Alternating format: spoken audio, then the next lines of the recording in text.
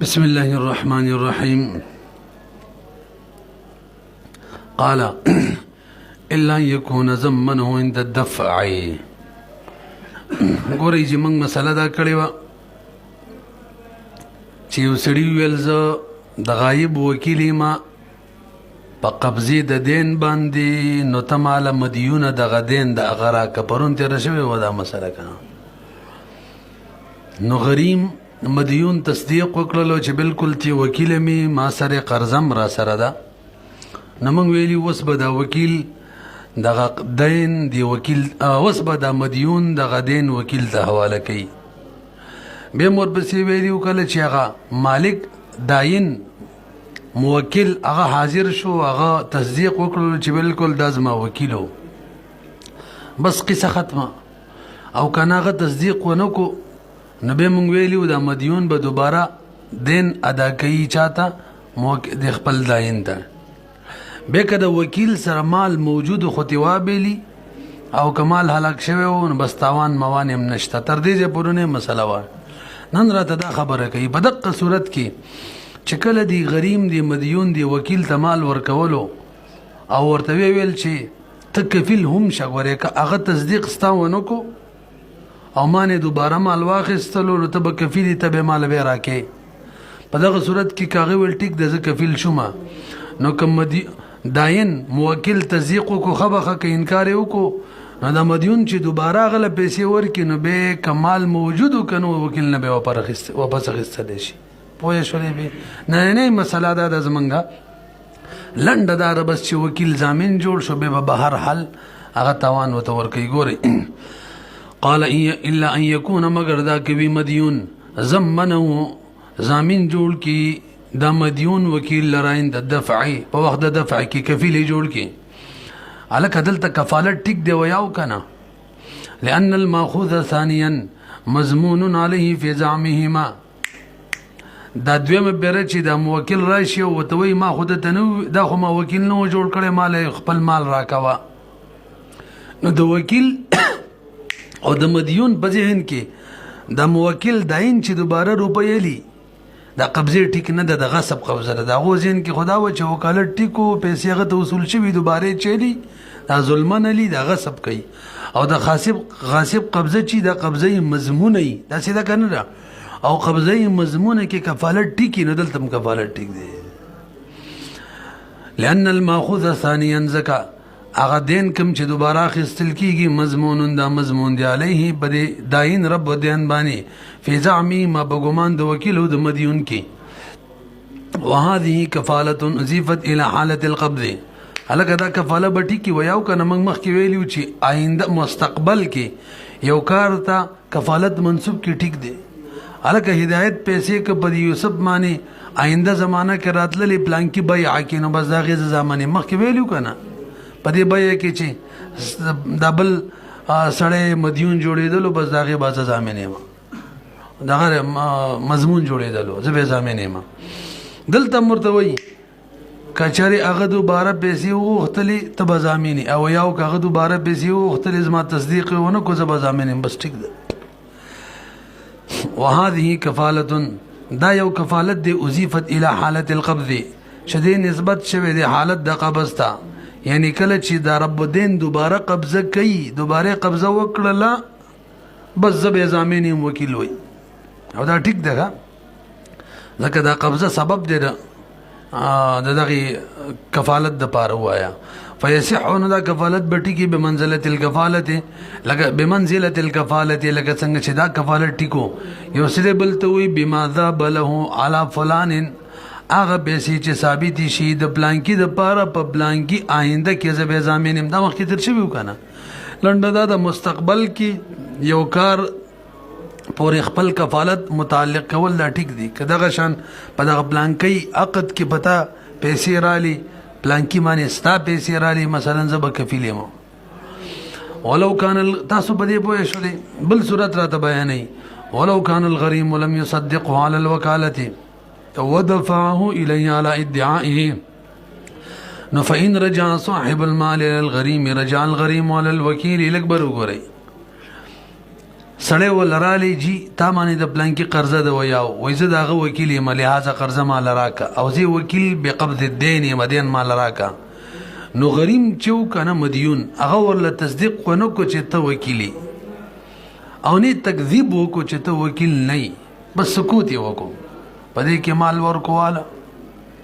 دا دویم صورت دی توجه ده کنه نو که به هغه موکل رالی هغه ول ټیک د زما وکیلو خبره ختمه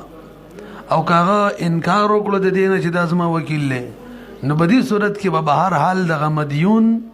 د غریم دا به دې وکیل رجوع کوي ما خو تعالی پیسې دې د بار درکړې وي چې زما غاړه خلاص شي او نه د خلاص را کوره واپس نو که زمين جوړ کړی کني مال که موجودي کې هلاک شوی دوړو صورتونو کې به ټول صورتونو کې به رجوع کوي دا غینه لک بدل شوکا ولو هغه کې خو له رجوع کوله مخکې صورت کې چې زمين جوړ کړو کنو هلاک شوی رجوع نه و دلته که زمين یو کني وی چې هلاک شوی کې موجودي رجوع وکړي ولو كان الغريم كشري غريم لم يصدقه د دې وکیل تصدیق ونکړلو على الوکالت باندې به هم ودفعه او مال ورکړلو الیه دی وکیل تعالی ادعایه د بدی دا وجه وکیل ما نو فإن رجع صاحب المال تاسو خو پوهیږئ کنه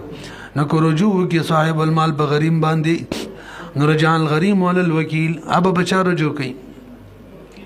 ولی لانه دا غریم چې دغه تصدیق په وکالت کې ولنه دی کړی لم یصدقه فی الوکالت نو د چې دا مال ورکړیو په دې امید ورکړیو چې زما اغه ذمه بخلاص شي او نه د خلاص هغه امید خبره نشو سوته او پسلی وانما دفعه دی غریم مال ورکړیو الیه دی وکیل تعالی رجاء الاجازه په دې امید باندې چې موکل به اجازت ورکی چې اوس ما وکیل بس ما غاړه بخلاص شي فاذا قطع رجاء کله چې د رجا کټ شولا هغه اجازت ورنکو نو رجع دا غریم برجو کوي علی په وکیل باندې تاسو پوه شئ کنه څو صورت شو دوا دریم بلکې مجموعي تور درې جوړ شو لکه درې یو داو چې زمين نه و جوړ کړي هغه کې چې پیسې حالاکه شوی تاوان پینو خیره مو کنه وکیل باندې او دویم دا چې وکیل باقاعده کفیلم جوړ شوی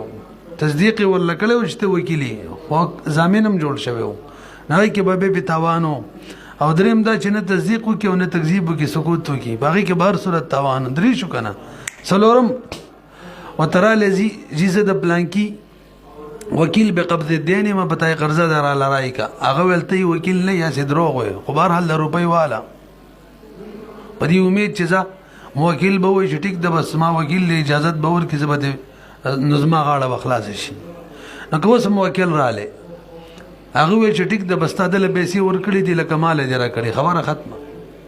خو هغه ونه منل نو دې صورت کې بمبه دا غریم چې مدیون دا به رجوع په وکیل معنی کوي که زمين جوړ کړی یو کو نوی کمال د وکیل په قبضه کې موجود وي او که هلاک شوی ټول صورتونه کې ورجوع کوي نه رسې به کماله وکذا هم د غشن غریم برجوع په وکیل کوي اذا دفع چې دا غریم ورکی هو مال الیه وکیل تعالی تکذیبی سره د دینه چې داغه تکذیب وکي الا تکذیبی سره د دینه چې تکذیب غریم وکي یهود وکیل فی الوکالت په وکالت کې وهذا اظهر ده ولا نورم ظاهره د مخکې کې په وکیل رجوع کول شبده کې په طریقه ولا شری ما قلنا ځکه دې الته لا تکذیب کړي نه دي کې ولا تکذیب مکللو خو به دې امید ورکړي چې هغه به ومني موکل وفي الوجوه كلها ټول وجوه کې مجموعي تور ما ول څو وجوه شو څلور وې منل چې تی وکیلی زمين نه دې جوړ کړي پیسې ور کړي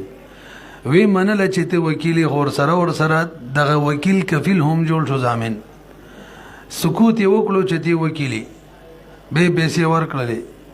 تکذیب ورلو کو چې تی وکیلی به پیسې ور کړې څلور صورتونه شو په دې ټول صورتونه کې دغه مالی مدفوع چې دی دا وکیل نه واپس کولی نشي مدیون غریم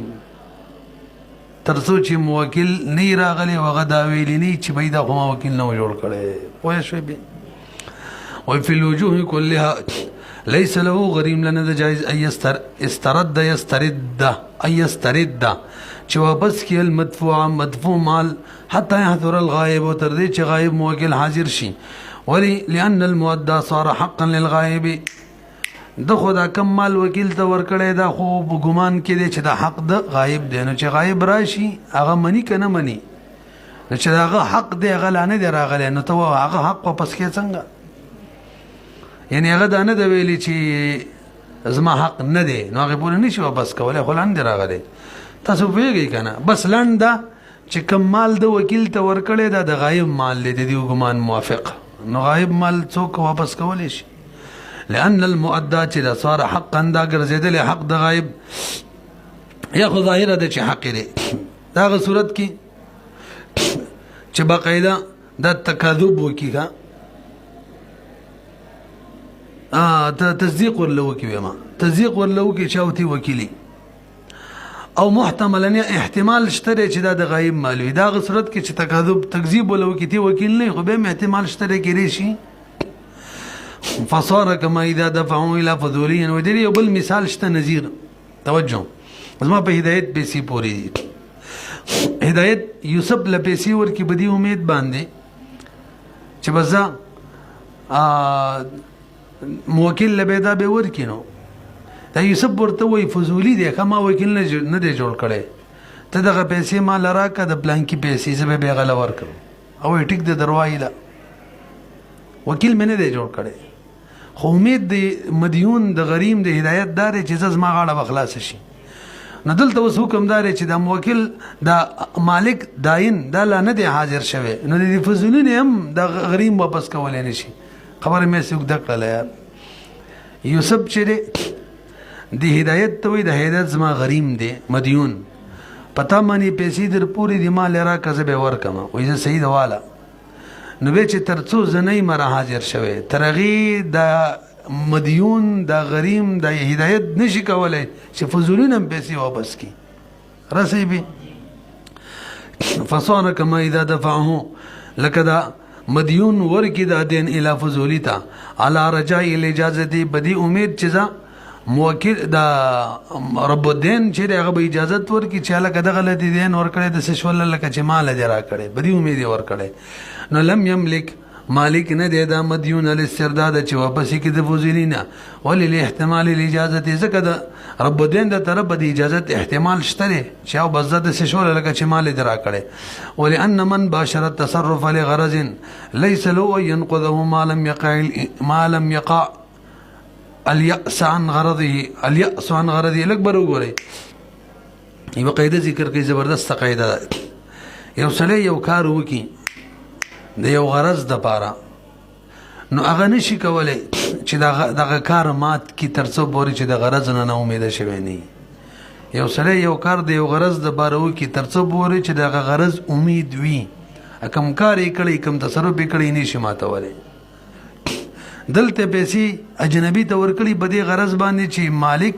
رب الدین به اجازت ورکړي چې زده سه شول لکه چې مال دې راکړي نو ترڅو چې دغه غرض نه مات شوی هغه نه ویلي چې دل دې ورکړي دي چې مال دي بس مال دي نه دي نو تر هغې پورې دا خپل تصرف نشي ماتولی چې واپس یې کړي پیسې ولأن من باشر التصرفات څوک چې مباشرت دی او تصرف وکړي لغرض دپاره ليس له در باران د جایز ايان قضاه چې ماته کی مالم يقع اليأس ترڅو چې نه واقع شوی نه امیدي ان غرضه د غرضنا ومن قال اني وكيل بقبض الوديعه فصدقه المودع ولم يؤمر بالتسليم اليه ما تلک متوجه شي بل صورت ما هدایت سره امانت کې خودلو ودیعه مثلا لزر روپۍ مور سره امانت خي زه غایب یم او دا یوسف ورلې دی هدایت ته ویقه صورت دی نور ټول چې به تا سره دغه امانت پیسې دی ویا وایزي وکیل ما بقبضه باندې بقبض الودیعه باندې ویا وکیل می تصدیق وکړو دواړو خبرو ما سره امانت پیسې هم دی او تی وکیل هم وي نو په دې صورتونو کې به لم یؤمر بالتسلیم الیه امر ورته نه کیږي دغه مودع ته چې دغه پیسې د غایب دی وکیل لورکا امر ورته نه کیږي او دین په صورت کې که تاسو سوچ امر به ته کېدلو چې دا دواړه خبرې دی ومنلې اوس پیسې مرکوا پد پوهې شوي که نه بي وجه دا د ماته لږ بر وګورئ دین کې چې دی که نه تقضا دیون چې دی تقضا بامثالها نو هغه چې کومې پیسې دي وکیل ته ورکوي خپلې ورکوي څه کوي او ودیعاتو کې منصب اماناتو کې دراهم دنانیر هم په تعین متعین کیږي. د هدایت سره چې زما ودیعه کې کم پیسې برتی دي په تعین متعین دي زما دي، او دا چې اوس دی وکیل ته ورکوي هم زما غور کوي هغه په تعین متعین دي. نو اقرار یې کړی دی، نو اقرار خو حجت قاصره دی، نو ما ته خو نه متعدي کېږي چې زما مال دی بل ورکوي، اقرار خو بزان کړی دی، نو امر به ورته نه کېږي. بهرحال چې دا پیسې ورکه ځکه که ورکړي پردی به ورکوي. وګورئ بهرحال د ده تصدیق چې زه مدعم یم، د تصدیق چې ته وکیل مې دا اقرار دی بزان مانی، نو دا بل ته نه متعدي کېږي چې پردی مال پکې ورکړي. او دین صورت کې خو خپل مال ورکوه ټیکو. ومن قال یو سړي ویل انی وکیل زه وکیل یم بقبض الودیعات فصدقه المودع، مودع تصدیق وکړلو چې بالکل زه مودع مې وکیل هم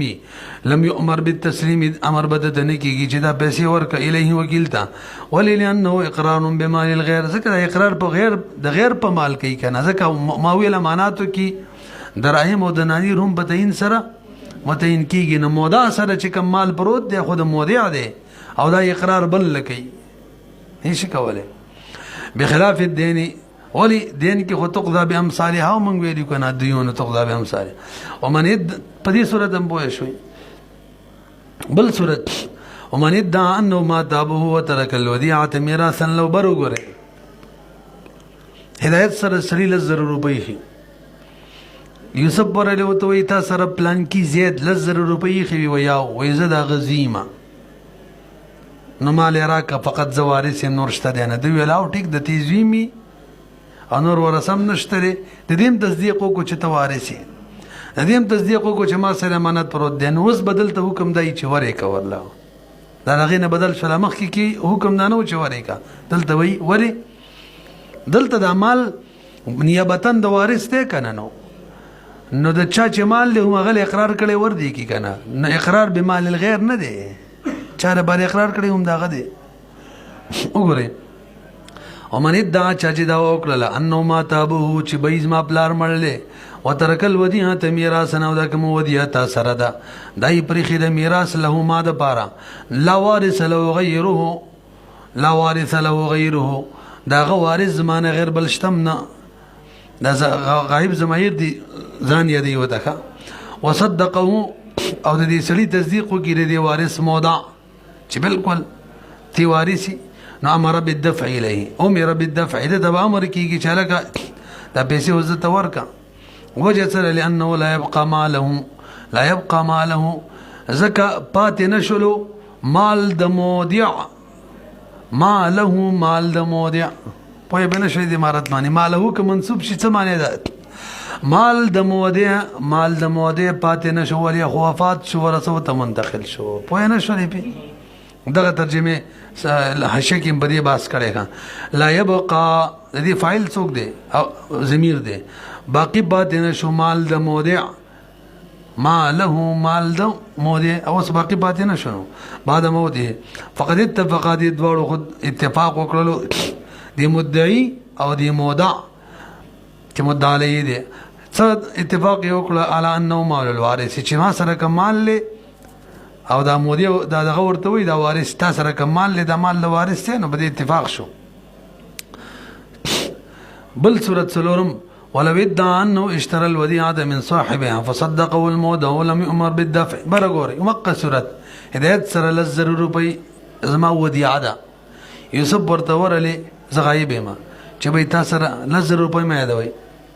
هدایت سره زما کتاب ودیعتن پروت دی یوسف ورته ورلې دغه کتاب تاسو سره ودیعه کې پروت دی هغه دغه نه ما اخیستې دی په 1,000 روپۍ باندې مې ترې نه اخیستې را لرای کا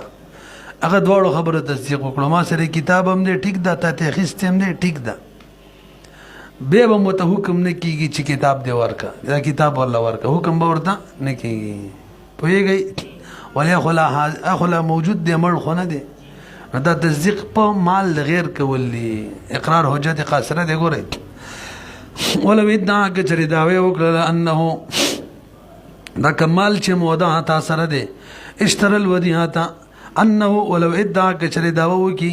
دا وکیل دا سړی یوسف انه ز چې ما اشترا ما اخستره دا غیب ضمیر دی خو متکلم ترړو چې مسله اسانه کا ولو دا کرغه سړی دا وو کې انه دا سړی چې د اشترا د اخیسته مانه ما اخیسته الودیعه دغه ودیعه سامان من صاحبها د ودیعه ولا نه اخیسته د مالکنا فصدق والمودع د تصدیق مودع مو کې لم یؤمر نو امر بد نکیږي مودع ته بالدفع چې دا مال ورکې الیه دی مدعی ته وللانه ما دام حیا زکه دا مودع چې ترڅو ژوند دی نو مال داغه دی او دا مودع چې اقرار کوي دا په مال ده غیر کوي نه کان اقرار به ملک الغیر دا تصدیق چې کوي دا اقرار په ملک د غیر باندې کوي لانه من اهل وجدادا دا مودع خو سم لا اهل ملک دی ژوند دی سمړ غونه دی چې موږ اهلیت ختم شوی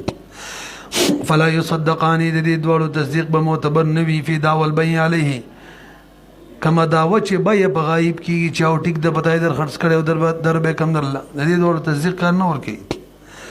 تاسو نه رسېږي قال امام محمد فرمای رحمه الله فإن وكل وكيلا بقبض ماله فادعى الغريم وأن صاحب المال قد استوفاه فإنه يدفع المال إليه لكبر وګورئ دا ما مسلم مخکې تیر شوی و د هدایت سره زما 100 روپۍ امانت دی قرض دی امانت نه قرض یوسف بردورلې الکه زه دغه سړي وکیل ما او دغه پیسې تا سره کومې قرضه پرتی دي امان لرا کاغه د دوړو تصدیق کو ما سره قرضم ولا 100 روپۍ او تی وکیلم به قبض دین جوړ کړی دا منه ما خودم ردا چې پیسې ماغه ته ور کړی دي خپانه شي کما سه قرضه وا خو ما ادا کړی دا نه رسې په نو وس بده ته حکم مو شي ورکاوه ورله پیسې ځکه تا تصدیق د دینم وکړو تصدیق د وکالت هم وکړو پیسې ورکاوه باقی دا خبر ته پیسې ادا کړی دا ستاسو داوا ده دا ثابت کا نه رسې په وته ګوره اما کې ویلو کا فین وکل وکیلا کچری وکیل مقرر کوي وکیل به قبض مالی چې ما مال قبضه کا فدع الغريم غریم به دا وکړه لبای چان صاحب المال چې قد صفا او خمال وصول کړي دي فإنه دا غریم چې يدفع المال دا به مال ورکوي الیه دی وکیل ته ولی لأن الوکاله قد ثبتت وکالت خو ثابت شوکا ولی ثابت شو تصدیق ورله وکړو بالتصادق یو ول تصدیق وکړو او پاتې شو د استیفا مسله چې هغه حق وصول کړي دي هغه حجت غواړي لم يثبت نه ثابت بمجرد دعوا نه ثابتيږي بمجرد دعوا د غریم فلا يؤخر الحق نو حق د وکیل بشاته کوونه وکیل له مال ورکوله تاسو پیږئ یا د رب دین حق دی او ورکو رب دین حق یاد کوي او که حق نه د قبضه حق مقصودی نه د وکیل حق دی کنه نه به مؤخر کیږي حق د قبضه والا وکیل نه وکیل ته قبضه ورکي دا معنی صحیح لګي وره په نقطم لګولې قال امام محمد فرمای ويتبع رب المال فيستحلفه کنه دا غریب بچ کوي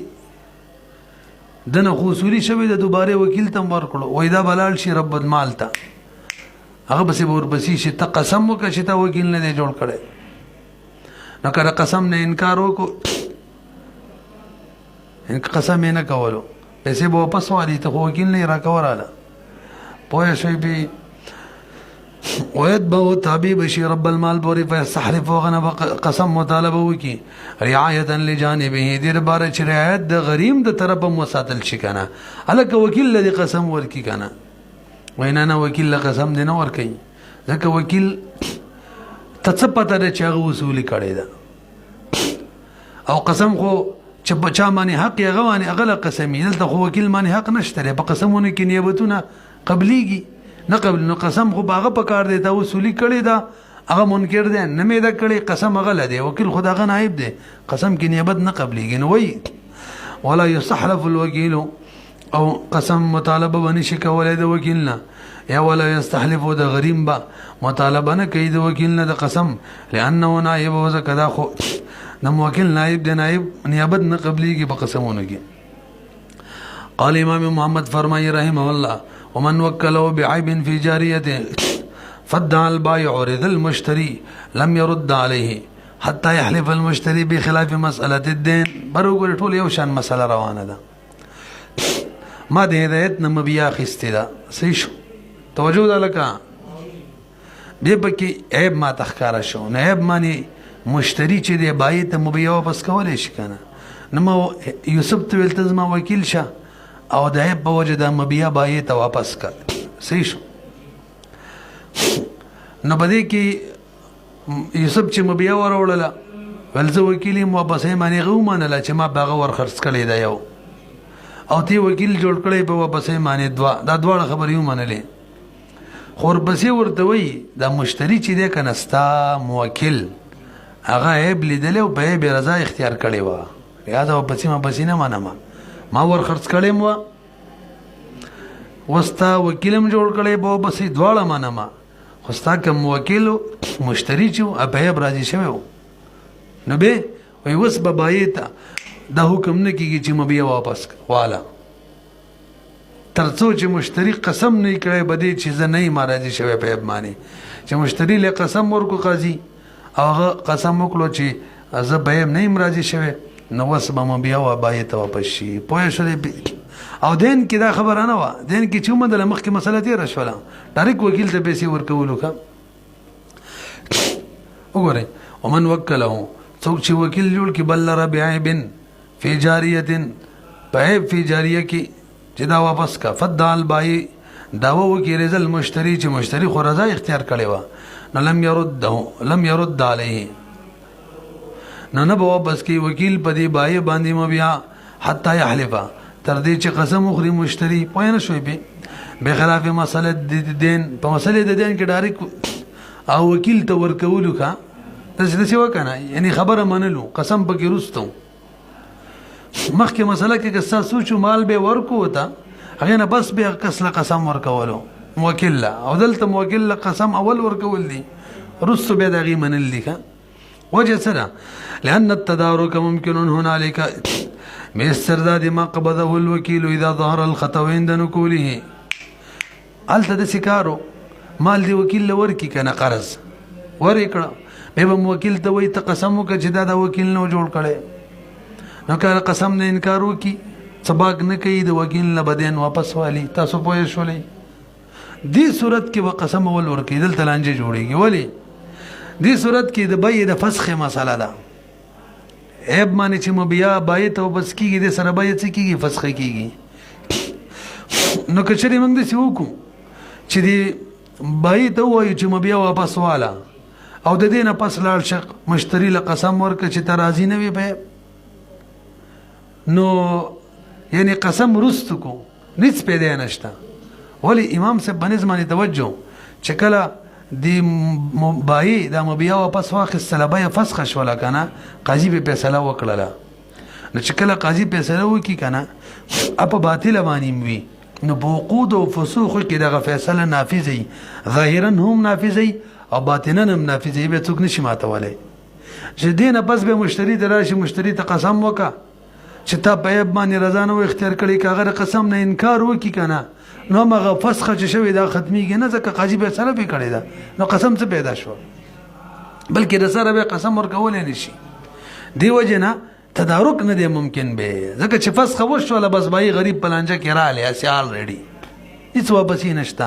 نو بهتره دا ده چې موږ دا وکیل موږ دا حکم په بایي ونه لګو چې مبیا واپس کا نه اول شه مشتری له قسم ورکړه قسم نه انکار وکړه بس بایه به زړه په زړه پاتې او که قسم یې وکړو چې ما په عیب رضا نه و اختیار کړی بیا به ووایي چې دا اوسې بایې ته واپس کا. بهرحال د مشتری د قسم نه مخکې به دا حکم نه لګي چې بایې مبیا واله او بایه فسخه کړه نه پوهېږئ بیا لکه لأن التدارک ممکن هنالک په خلاف د مسلې د دین ځکه تدارک ممکن و هلته به استرداد ما چې واپس کړی وي هغه شی قبضه الوکیل کوم چې وکیل قبضه کړی واپس یې اخیستلی شو که نه کله اذا ظهر الخطا کله چې خطا ظاهره شوی عند نقوله چې موکل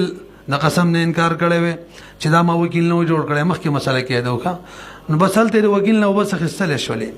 وفي الثانیه او په دې مسله کې تدارک غیر ممکن دی ولې ان القضاء بالفسخ قضا د فسخ چې دا ماض دا خو جاري شوله علی الصحت د صحت معنی جاری شوله بس دا صحیح شوه. وان ظهر الخطا عند ابي حنیفه رحمه الله اگر که خطا ظاهر شي یعنی رستو پته ولګي چې عیب معنی مشتری رضا اختیار کړي وکنه خو به هم کبای مبيو بس کړي د کنه خستې ده پس خبس تام د قاضي په فیصله کړي لکه څنګه چې مذهب د امام صاحب دی ولا يصح اوې چې پیرا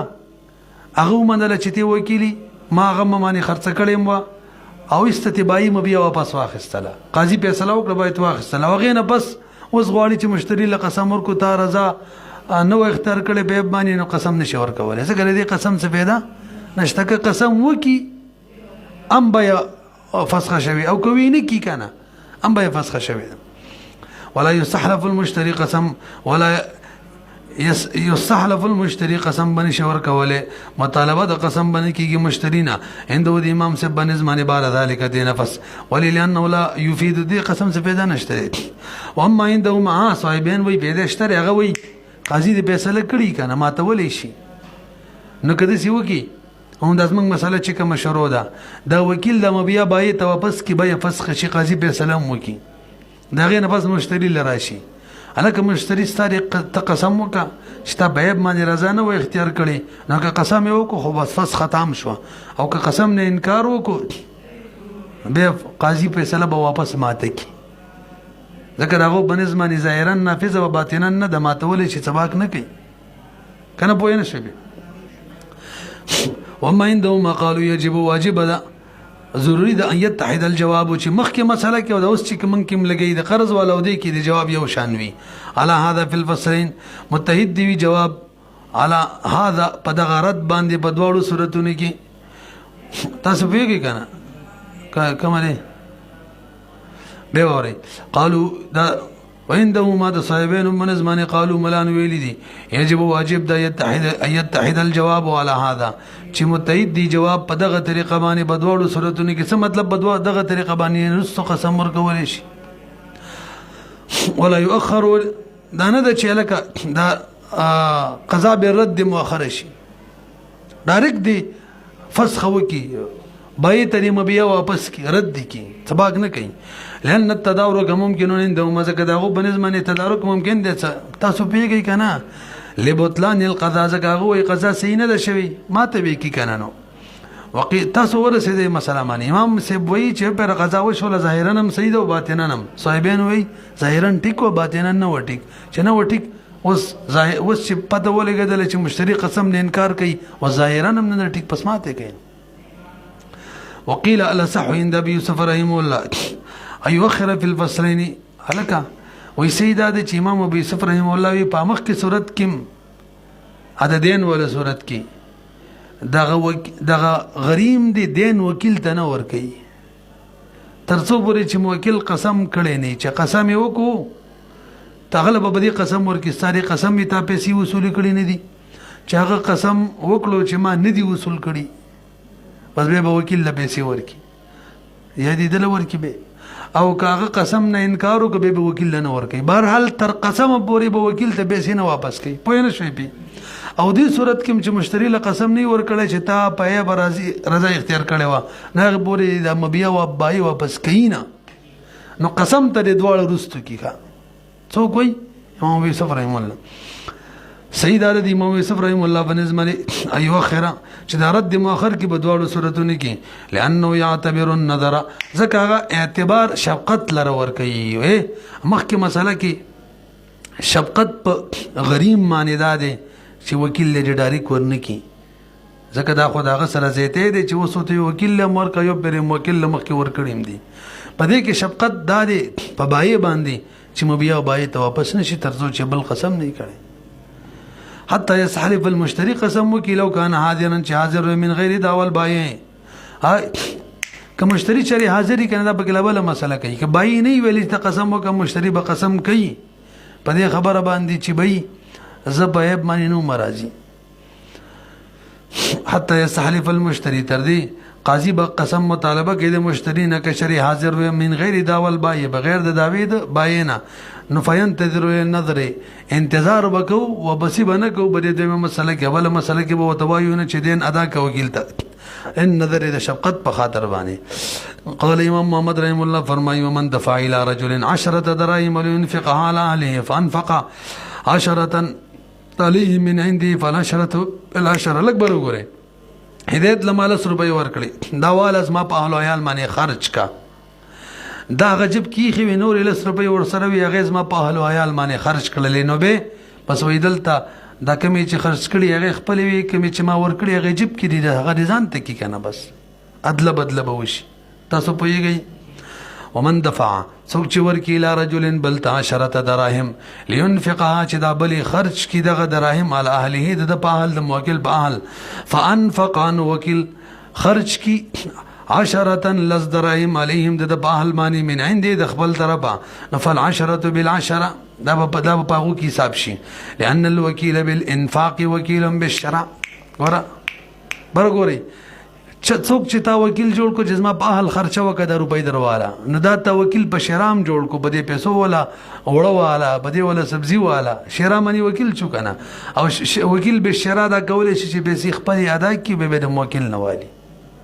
نه رسېپی دلته د خپل خرج کړلی موکل کور کړی خو ادله بدله بشي کني رس به ورکی ابزان ته کی ځکه وکیل بالانفاق وکیل بالشراوي والحكم فيه ما ذكرنا وشراك حكم مخکې موږ ذکر کړو ما وسویلو کا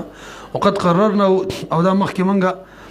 د دې پورا وضاحت کړو کا په باب د وکالت بالبيع والشراك ان قولي واذا دفع الوكيل موږ ویلو کنه وکیل چې پیسې ورکی نو موکل ته حبس د مبهم کول شي ول پیسې را کاله به مبیا در کوم په هذا كذلك دام دغه شان شولا ملي سب چا ویلي وینه دې مسله کې د استحسان دی کا چې بس تلس پلس دي شي قیاس تقاضا دا کوي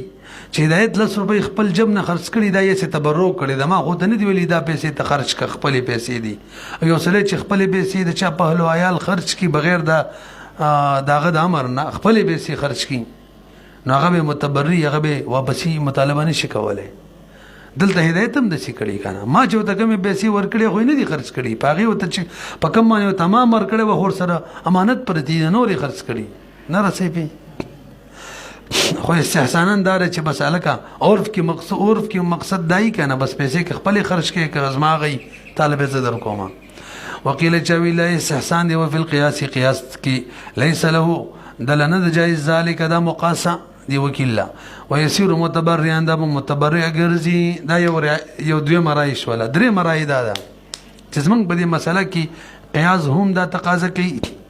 چې متبرع نه دی مقاصد وشي استحسان هم وي ځکه وکیل بالشرع دی کنه یار پوه نه شولې په وقيل چوي القياس والاستحسان دا قضاء دین مسله مخ کې چې درا شوی و نه بل مسله وک ما یسب له روپۍ ورکړي چې په توجه ما منی د هدایت 0 روپۍ دي ما یسب له 0 روپۍ ورکړي دا روپۍ ته هدایت لور کا د خپل جمنن بل زرګون واغستل هغه هدایت لور کو او ما چې کوم زرګون ورکړي غزان ته کوي نو دې کې قیاس تقاضا دا کوي چې ځان ته کولې نشي دا تشه تبرع ده ما چې کوم ورکړي خو غل نه دي خپل ورکړي ما سره استحسان کړل ما غدي واپس راکی البته استحسان بدې کې مو چې نه بس نه مقاصد وشي هر چې د انفاق مسله د کوم کې چې موږ لګي ال ته قیاس او استحسان دواړه وي چې مقاصد وشي متبرع نه دي وورا چا ویلي قیاس او استحسان په قضا د دین کې دي لانه ليس بشرائن شرانه ده هر چې انفاق ده يتضمن الشراء او شرع لنا متضمن ده فلا يدخلانه دا غو دوړو څه دخل نشته لري انفاق په مسله کې نه د قیاس سره او نه د استحسان شته چې متبرع دي نه بس چې دغه د مقاصد شي بهر حال مقاصده